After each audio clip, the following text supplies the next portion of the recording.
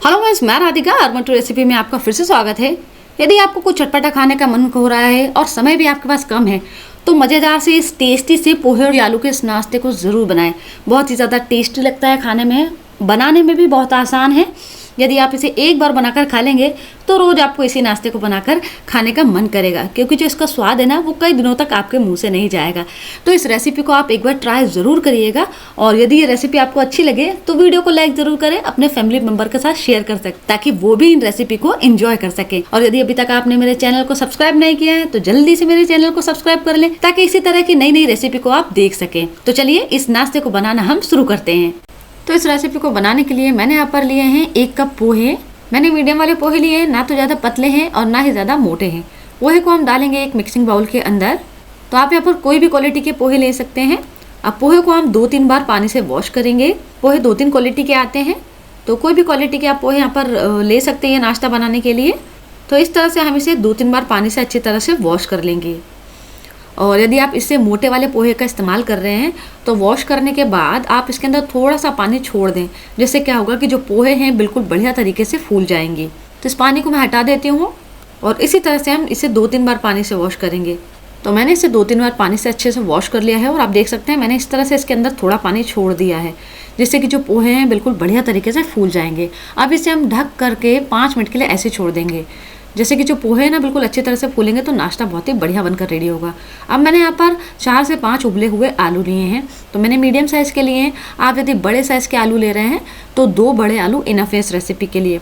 तो आलू को हम इस ग्रेटर के हेल्प से ग्रेट करेंगे। आलू को आपको ग्रेट करके ही लेना है, क्योंकि इस नाश्ते को बनाने के लिए इसके अंदर आलू के बड़े टुकड़े बिल्कुल नहीं रहना चाहिए। यदि आप हाथों से मैश कर रहे हैं तो बिल्कुल अच्छी तरह से मैश करिए ताकि इसमें आलू के बड़े टुकड़े नहीं रहें। जब हम ग्रेटर से इस तरह से ग्रेट करते हैं तो आलू के बड़े टुकड़े रहने के चांसेस बहुत ही कम रहते हैं, क्योंकि आलू अच्छी तरह से ग्रेट हो जाती है। ये नाश्ता बहुत ही झटपट बनकर रेडी होता है। सुबह चाहे तो आप बच्चों के टिफ़िन में बना कर रख सकते हैं, या सुबह नाश्ते के लिए कुछ स्पेशल बनाना हो तो भी आप इसे बनाकर खा सकते हैं। मैंने पोहे और आलू से बने और भी कई तरह के नाश्ते की रेसिपी अपने चैनल पर अपलोड की है, जो कि सभी लोगों ने बहुत ही पसंद की है। यदि आप लोगों ने नहीं देखी है तो जाकर ज़रूर देखिएगा और उन रेसिपी को एंजॉय करिएगा। अब आलू अच्छी तरह से ग्रेट हो चुके हैं तो इसे हम रख देते हैं अभी साइड में। अब मैंने यहाँ पर लिया है एक मीडियम साइज़ का प्याज। तो प्याज को भी हम इस तरह से ग्रेटर के हेल्प से ग्रेट करेंगे।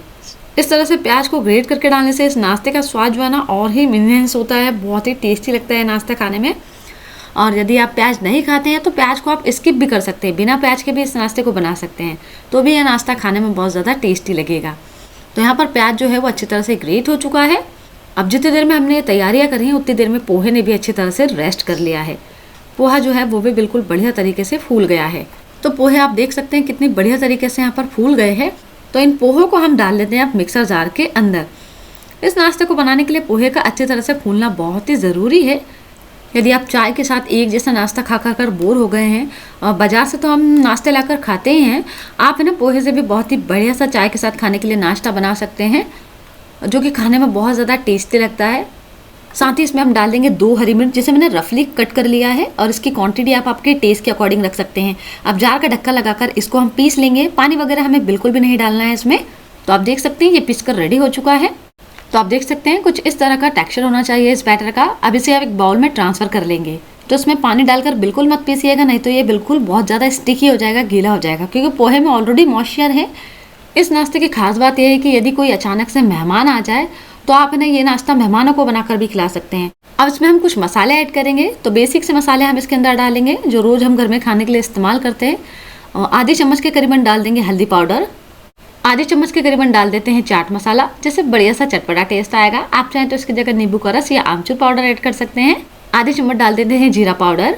यदि आपके पास जीरा पाउडर नहीं है तो आप जीरे को रोस्ट करके दरदरा पीस कर भी डाल सकते हैं। आधी चम्मच डाल देते हैं नमक। नमक आप आपके टेस्ट के अकॉर्डिंग ऐड कर सकते हैं।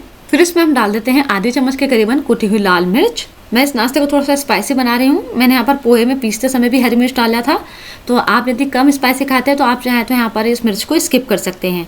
और फिर हमने जो यहाँ पर प्याज को इस तरह से ग्रेट करके रखा था ना, उस प्याज को भी हम इसके अंदर डाल देंगे, और साथ ही मैश किए हुए आलू को भी इसके अंदर हम डाल देंगे। अब इस नाश्ते में थोड़ी सी बाइंडिंग के लिए हम डालेंगे कॉर्नफ्लोर। तो मैं 3 टेबल स्पून के करीबन इसमें कॉर्नफ्लोर डाल रही हूँ। यदि आपके पास कॉर्नफ्लोर नहीं है तो आप चावल का आटा भी डाल सकते हैं। और कॉर्नफ्लोर को कॉर्न स्टार्च भी कहा जाता है, या आप चाहें तो बेसन या सूजी भी ऐड कर सकते हैं, जो भी आपके पास अवेलेबल हो। बस उसे इतनी मात्रा में डालिए कि इसमें हल्की सी बाइंडिंग आ जाए।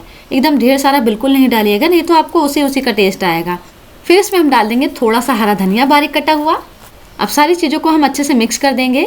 पानी वगैरह बिल्कुल नहीं डालना है, बिना पानी के ही इजली से बाइंड होने लगेगा, क्योंकि जो हमने प्याज ग्रेट करके डाला है उसके अंदर थोड़ा सा पानी होता है, आलू के अंदर बहुत सारी मात्रा में मॉइस्चर होता है। तो यदि ज़रूरत लगे तो आप पानी का यूज़ करिए, अदरवाइज़ बिल्कुल नहीं करिए। तो आप देख सकते हैं कितना स्टिकी हो रहा है ये। यहाँ पर पानी डालने की ज़रूरत आपको बिल्कुल भी नहीं है। अच्छी तरह से सारी चीज़ों को हम मिक्स करेंगे। तो आप देख सकते हैं बिल्कुल बढ़िया से डो की तरह रेडी हो गया और मैंने पानी का यूज़ बिल्कुल भी नहीं किया है। अब हमें नाश्ता बनाना शुरू करेंगे। तो अपने हाथों में हम बिल्कुल थोड़ा सा ऑयल लगाएंगे और हाथ को ग्रीस कर लेंगे।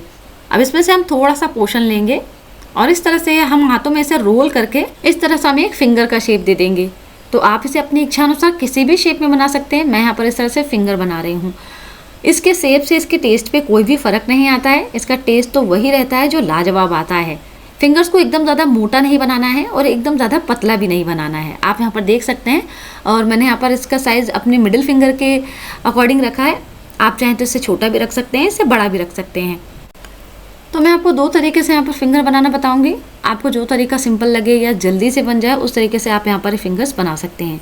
तो मैंने यहाँ पर अभी इस तरह से थोड़ा थोड़ा सा पोर्शन लेके एक एक फिंगर्स बनाई है, या आप चाहें तो इस तरह से थोड़ा सा मिश्रण लेकर आप यहाँ पर प्लेटफॉर्म पे इस तरह से इसे पतला पतला आप स्ट्रिप की तरह बना लें। तो इस तरह से आप लंबी स्ट्रिप बनाएंगे और इसे कट करेंगे तो आप एक बार में 2 से 3 यहाँ पर फिंगर्स बनाकर तैयार कर सकते हैं। तो जो भी आपको तरीका कंफर्टेबल लगे आप उस तरीके से इस नाश्ते को बना सकते हैं। तो मैंने यहाँ पर सारी फिंगर्स बनाकर तैयार कर ली है। अब इन्हें हम फ्राई करेंगे। तो इन्हें फ्राई करने के लिए मैंने तेल पहले ही गर्म होने के लिए रखा था। तेल बिल्कुल बढ़िया तरीके से गर्म हो चुका है। तो एक एक फिंगर को उठाकर हम इस तरह से गर्म तेल के अंदर डालेंगे। थोड़ी सी दूरी दूरी पर डालिए ताकि ये एक दूसरे में चिपके नहीं। और इन्हें फ्राई करने के लिए आप पैन का इस्तेमाल करें ताकि आप एक बार में ढेर सारी फिंगर्स को फ्राई कर सकें। और जब आप इन्हें तेल में डाल दें तो तुरंत चम्मच बिल्कुल नहीं लगाइए। इन्हें थोड़ा सा फ्राई होने दीजिए, उसके बाद ही आप इसमें झारा या चम्मच लगाइएगा, क्योंकि ये बहुत ही सॉफ्ट और नरम होते हैं। जब इन्हें हम तेल में डालते हैं तो जब हल्का सा फ्राई हो जाते हैं ना, थोड़ा सा सेट हो जाते हैं। तो जब इसे हम हल्का सा भी मूव करते हैं तो बहुत ही ईजिली से मूव हो जाते हैं।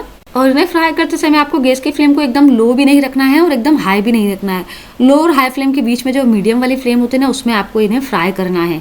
यदि आप एकदम लो फ्लेम पर इसे फ्राई करेंगे तो क्या होगा कि जो ये नाश्ता है ना, ये तेल को एब्जॉर्ब करने लगेगा और पूरा ऑयली हो जाएगा।